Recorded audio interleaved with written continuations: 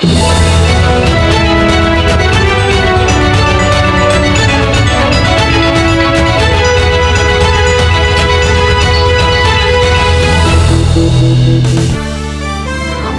araw, Pilipinas! Mula Luzon hanggang Mindanao, ihahatid namin ang pinakamainit na balita mula sa isyu ng pamahalaan, mga usaping internasyonal, kalamidad hanggang sa mga kaganapan sa ating lokal na komunidad.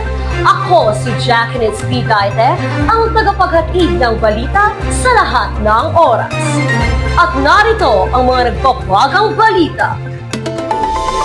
Sa usaping internasyonal, mas pinaigting ng ASEAN ang suporta sa pagpasok ng Timor-Leste bilang bagong miyembro ng organisasyon. DOJ nagsimula na sa pagsisiyasat at mga opisyal at kontratista sa Bulacan Coast Projects, pinatawag. Samantala, magnitude 7.6 na lindol ang naitala sa Manay, Davao Oriental ayon sa PHIVOLCS. Sa Maragusan, Davao de Oro naman, isang trahedya ang naganap matapos ang isang commercial at residential building ay tinupok ng malaking apoy. Puspusan ang paghahanda ng Maragusan para sa paparating na araw at Tiyag Sawitan Festival.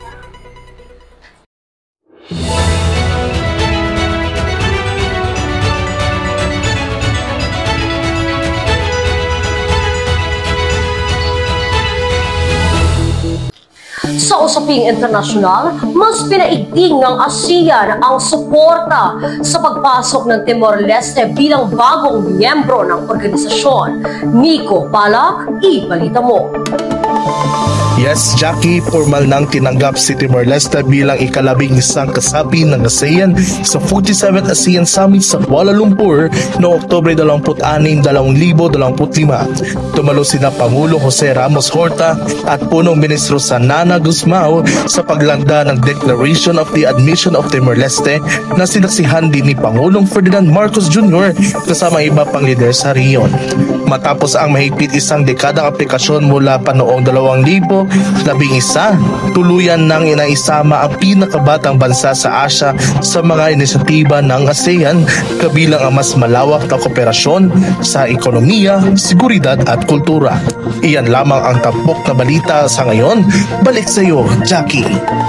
Patuloy na iniimbestigahan ang umano'y irregularidad sa mga ilang proyekto ng Department of Public Works and Highways o DPWH. Jasper Calamba, ibalita mo. May mga proyektong nakalagay na fully completed sa dokumento, ngunit may kakulangan sa aktual na konstruksyon. Ayon sa DPWH, nakikipagtulungan sila sa investigasyon upang matukoy ang mga individual na maaring sangkot sa katiwalian. Layon ng investigasyon na masiguro na ang pondo ng bayan ay napupunta sa proyekto, hindi sa bulsa ng iilan. Balik sa iyo, Jackie. Samantala, magnitude 7.6 na lindol ang naitala sa Manay, Davao Oriental ayon sa PHIVOLCS. Parinig ng balita, Nico Palak. Yes, Jackie. Isang malakas na magnitude 7.6 na lindol ang yumanig sa Manay, Davao Oriental nitong Oktubre 10 ayon sa PHIVOLCS. Tumama ang lindol bandang 9:43 ng umaga na may lalim na 10 kilometro at naramdaman sa iba't ibang bahagi ng Mindanao at Eastern Visayas. Dahil sa lakas ng pagyanig, agad na naglabas ng tsunami warning ang PHIVOLCS para sa mga baybayin ng Davao Oriental, Surigao del Sur, Southern Leyte at Eastern Samar. Naitala ang mahigit 1,400 aftershocks at inulat ang 10 nasawi, higit 1,000 sugatan at pinsalang umabot sa 2.26 billion pesos. Iyon lamang ang balita. Balik sa iyo, Jackie. Diyan lamang kayo at magbabalik kami ng ilang sandali.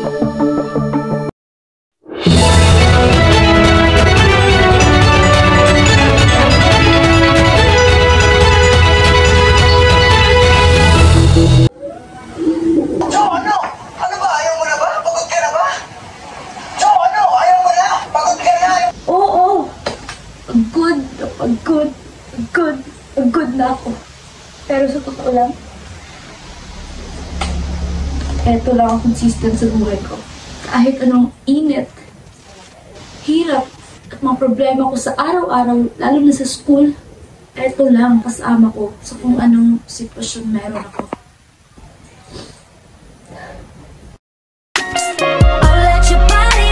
Hindi ko na kailangan ng coach mula sa'yo.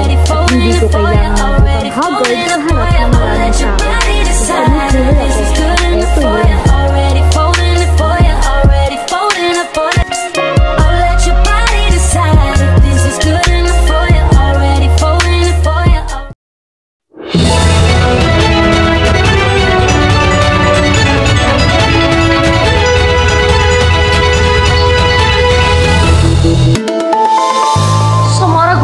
Davao de Oro naman, isang trahedya ang naganap matapos ang isang commercial at residential building ay tinupok ng malaking apoy. Janessa Limatok, iulat mo. Yes, Jackie, ito ang kasalukuyang lagay ng establishmento. Ayon sa Bureau of Fire Protection ng Maragusan, nagsimula ang apoy sa ikaunang palapag ng Calamba Building at mabilis na kumalat sa iba pang bahagi ng istruktura. Tumagal na halos 1 oras ang pagsiklab ng apoy bago ito tuluyang naapula ng mga bombero sa tulong ng mga volunteer at residente. Batay sa inisyal na investigasyon, pinaghihinalaang nagmula ang sunog sa electrical wiring na posibleng nagkaroon ng short circuit. Tinatayang nasa 3 milyon ang kabuang pinsalang iniwan ng apoy, kabilang na ang tindahan at mga gamit ng mga naninirahan sa loob ng gusali. Mabuti na lamang at agad na nakalikas ang mga tao sa lugar. At yun na po ang aking nakalap na balita. Balik sa iyo, Jackie. Dahil paparating na ang araw at Tiyog Sawitan Festival sa Maragusan, Davao de Oro, puspusan ang paghahanda ng lokal na pamahalaan at mga residente para sa paparating na pagdiriwang. Jay Randiola, anong balita dyan? Yes, Jackie. Abala na ang lokal na pamahalaan para sa nalalapit na 48 araw ng Maragusan sa pangunguna ni Mayor Colina. Kabilang sa selebrasyon ang cultural shows, sports event, trade fair at mga programang pampamilya. Kasalukuyang makikita natin ngayon ang mga rides. Sa parting ito naman, makikita natin ang mga nakahanay na food stall. Meron tayong nakapanayam ngayon na isang residente na bumibili at namamasyal. Sir. Magandang hapon po. Magandang hapon. Ano po ang iyong karanasan sa iyong pamamasyal? Ang karanasan ko dito is maganda naman at saka maraming pagkain at sana marami akong pera para marami akong pabili. Yun lang. Maraming salamat, sir. Pinapaalalahanan ang mga publiko na sundin ang security protocols para sa maayos at ligtas na pagdiriwang. Babalik sa iyo, Jackie. At yan ang mga nakalap nating balita sa araw na ito. Ako si Jacqueline Bigaite, yung tagapaghatid ng balita, at laging tatandaan na maging maalam, maging alerto, at higit sa lahat, maging handa sa lahat ng oras. Magandang araw at maraming salamat.